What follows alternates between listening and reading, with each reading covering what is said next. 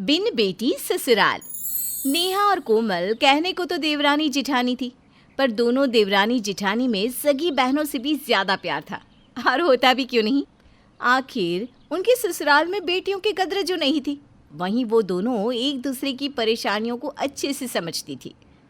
दीदी, मैं आपके लिए गर्मा गर्म चाय लेकर आ गई हूँ, तो बताइए अब आपकी तबीयत कैसी है? पहले से तो ठीक है।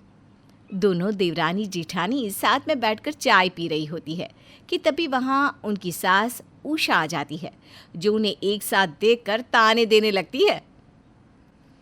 बेचारी बूढ़ी सास कमरे में अपने घुटनों का दर्द लेकर कराह रही है, और यहाँ मेरी बहुएं साथ में चाय की चुस्कियाँ ले रही है।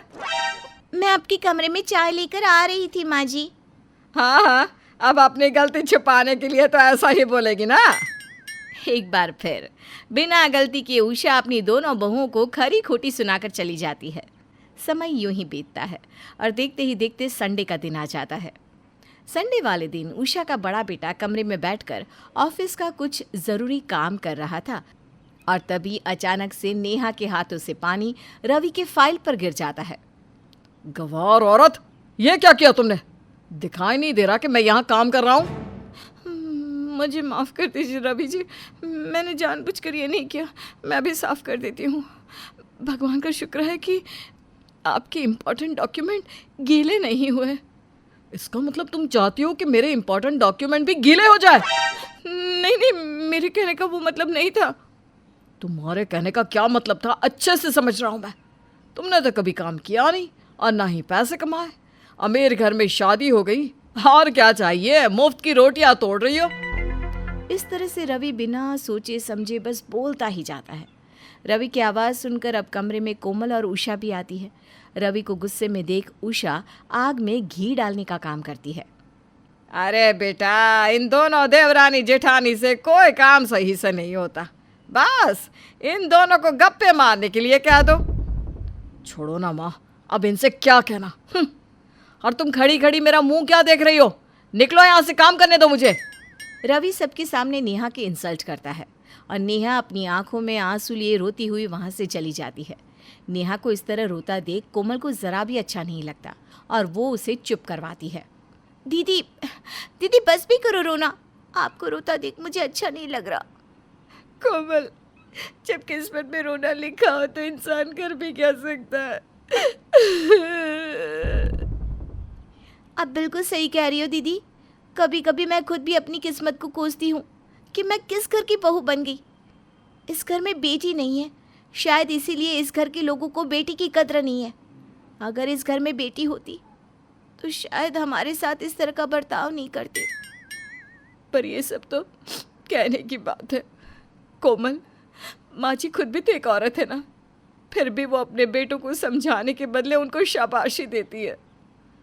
दीदी आप फिक्र मत कीजिए, भगवान सब देखता है, इनको इनके किए की सज़ा मिलकर रहेगी।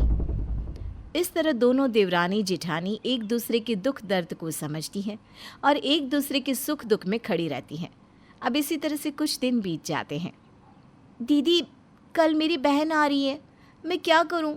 कैसे उसे यहाँ आने से मना करूं? पर तू उसे मना क्यों करना चाहती है कोमल? दीदी आप जानती हो ना, इस घर में लड़कियों की इज्जत नहीं है और मेरी बहन चुप बैठने वालों में से नहीं है।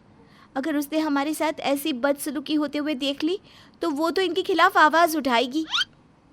कोमल की बात सुनकर अब नेहा भी परेशान हो जाती है, पर वो दोनों चाहकर भी कोमल की बहन दिव्या को आने से रोक नहीं पाते।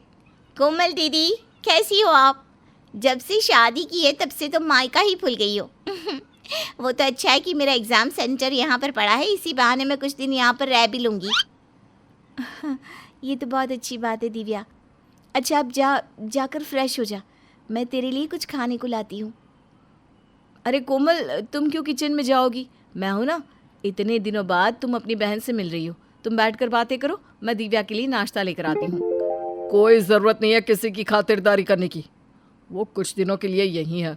मैं ऑफिस चला जाऊँ, इसके बाद में इसकी खातिरदारी करते रहना। मुझे ऑफिस के लिए लेट हो रहा है, पहले मुझे नाश्ता और लंच दो ताकि मैं ऑफिस टाइम पर जा सकूँ। दीदी बड़े जीजू कितने रूड हैं। इस तरह से रवि नाश्ता करके ऑफिस चला जाता है, पर दिव्या को रवि की ये बात बिल्कुल पसंद नहीं आती। अब घर में रहकर दिव्या बहुत सी चीज़ें देखती है। पता नहीं कैसी कलमुही बहू मिली है, एक काम नहीं करना इन दोनों को। ऊपर से जब से छोटी बहू की बहन आई है तब से तो इन दोनों के पंख ही निकल गए हैं। माँ जी ऐसा नहीं है, मैं बस दिव्या का सामान रखवा रही थी। मुझे याद है आपकी दवाई का समय हो चुका है। अगर तुझे याद होता तो पहले तू मुझे दवाई देती। तेरा पति विदेश काम करने गया है, इसी बात का फ़ायदा उठाती है ना। अगर मेरा बेटा यहाँ होता ना तब बताती मैं तुझे। उषा की सारी बातें दिव्या सुन लेती है और उसे अपनी बहन के लिए बहुत बुरा लगता है। दीदी, आप दोनों आखिर इस घर में कैसे रह रही हो? इस घर में तो लड़कियों की कोई इज्जत ही नहीं। शायद इसीलिए आपकी सास को भगवान ने लड़की नहीं दी, क्योंकि वो जानता था कि... दिव्या, ऐसा नहीं बोलते। दीदी, आप दोनों के पास अब भी मौका है।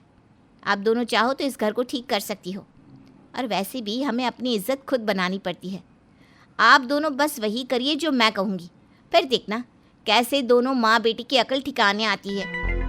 इस तरह से दिव्या कोमल और नेहा को अपनी सास और पति को सीधा करने का तरीका बताती है। रात को रवि घर आता है और हमेशा की तरह नेहा पर अपना गुस्सा निकालता है, पर इस बार नेहा चुप नहीं रहती और वो अपने पति को मुंह तोड़ जवाब देती है। बस बहुत हो गया, अब मैं और बर्दाश्त नहीं करूँगी। माँ जी को और आपको ये लगता है कि मैं और कोमल इस घर में मुफ्त की रोटियां तोड़ते हैं, पर ऐसा बिल्कुल नहीं है। दीदी बिल्कुल सही कह रही है जेठ जी, इसीलिए मैंने और दीदी ने सोच लिया है कि जब तक इस घर में हमारी इज्जत नहीं होगी, हम दोनों इस घर में नहीं रहेंगे। देख रहा है बेटा कैसे धमकी दे रही है ये दोनों हमें। आज से पहले तो इन दोनों की जुबान कभी नहीं खुली, पर इस लड़की के आते ही इन दोनों की जुबान कैसे कैंची की तरह चल रही है। माँ इन दोनों को जो करना है करे, जिसकी बातों में आना है आए, हमें कोई फर्क नहीं पड़ता। तुम दोनों को जाना है ना, जाओ, जहाँ जाना है जाओ। इस तरह से कोमल और नेहा दिव्या के साथ घर छोड़कर चली जाती हैं। उनके जाने के बाद अब सारा काम उषा पर आ जाता है। उषा हर समय बीमार रहती थी, जिस वजह से वो घर के काम नहीं कर पाती, और रवि भी अपने काम सही से नहीं कर पाता, जिसके बाद उषा और रवि को कोमल और नेहा की अहमियत का पता चलता है। बेटा लगता है दिव्या ने बिल्कुल सही कहा था, मुझे बेटी नहीं है और तेरी कोई बहन नहीं है। शायद इसीलिए हम कभी बेटी की कदर ही ना कर सके, और जब बेटी जैसी बहू मिली तो उसके साथ हमने इस तरह का सलूक किया। माँ, मुझे भी अपनी गलती का एहसास हो चुका है और मैं अपनी गलती सुधारना चाहता हूँ, इस घर की दोनों बहुओं को वापस लाकर। बहुत जल्द रवि और उषा को अपनी गलती का एहसास हो जाता है, जिसके बाद रवि खुद जाकर कोमल और नेहा को घर लेकर आता है। जिसके बाद रवि फिर कभी अपनी बीवी या घर की किसी भी औरत के साथ बदसलूकी नहीं करता, और उषा भी अपने घर की बहू को वो सारी इज्जत देती है जो एक घर की बहू को मिलनी चाहिए।